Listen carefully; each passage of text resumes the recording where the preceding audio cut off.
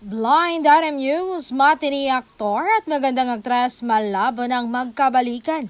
Malabo ng magkabalikan ang matinee idol at magandang aktres. Kumbaga sa labada, hiwalay ang mga puti sa dikolor. Hindi pwedeng magsama sa batya o washing machine. Hindi na nga maibabalik ang tamis ng kanilang pag-ibig.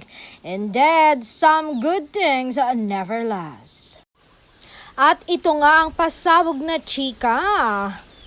May bago na kasing kasintahan ang matinee aktor. Kay bilis naka-move on na siya. At alam niyo ba kung sino ang newbie star ang malanding humaharot sa kanya?